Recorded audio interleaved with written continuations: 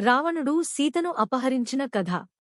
శూర్పణఖ సీత యొక్క అందం గురించి కూడా రావణునికి వివరించగా, రావణుని మదిలో సీతను పొందాలని కోరికను మేలుకొలిపింది. సీతను అపహరించడం వల్ల తన కోరిక తీరడమే కాకుండా, తన కుటుంబానికి జరిగిన అవమానానికి ప్రతీకారం తీర్చుకునే మార్గం అని రావణుడు భావించాడు. రావణుడు తన దుష్ట యోచనను అమలు చేయడానికి మారీచుని సాయం కోరాడు. అతను తన రూపాన్ని మార్చుకోగల దెయ్యం.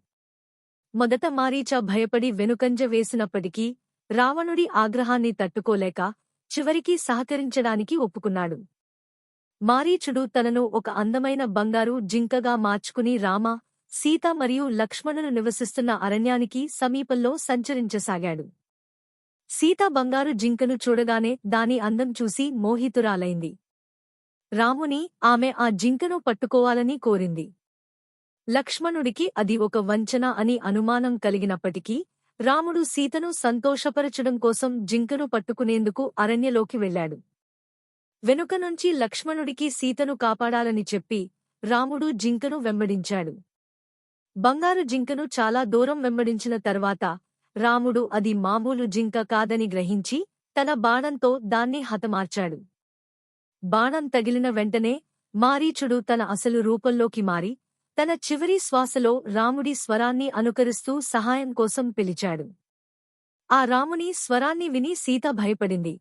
రాముడు చిక్కుకుపోయాడేమోనని అనుమానంతో లక్ష్మణుడిని వెంటనే వెళ్లమని కోరింది.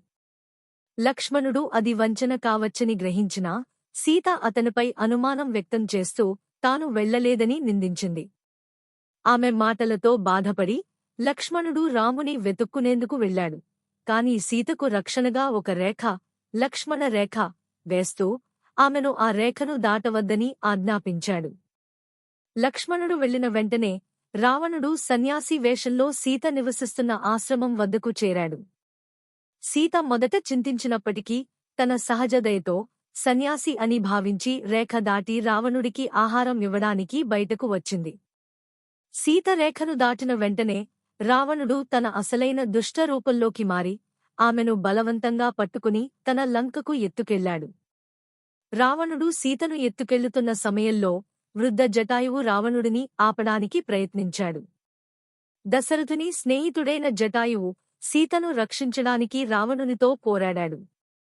వృద్ధాప్యంలో ఉన్నప్పటికీ జటాయువు ధైర్యంగా పోరాడినా రావణుడు తన శక్తితో అతనిని జయించి అతని రెక్కలను తెంపాడు. సీత జటాయువుని ధైర్యానికి కృతజ్ఞతగా దీవించి రావణుడు ఆమెను లంకకు ఎత్తుకెళ్లాడు. రావణుడు సీతను లంకకు తీసుకెళ్లి తన అద్భుతమైన సొమ్ముల మేళంలో కాకుండా అశోకవనంలో ఉంచాడు. అశోకవనం ఎంతో అందమైన ఉద్యానవనం అయినప్పటికీ సీత దుమఖంలో మునిగిపోయి రావణుడి దుష్ట అభిప్రాయాలకు తలవంచలేదు. ఆమె రాముడి కోసం నిరీక్షిస్తూ నమ్మకంగా రాముడి క్షేమం కోసం వేచిచూసింది.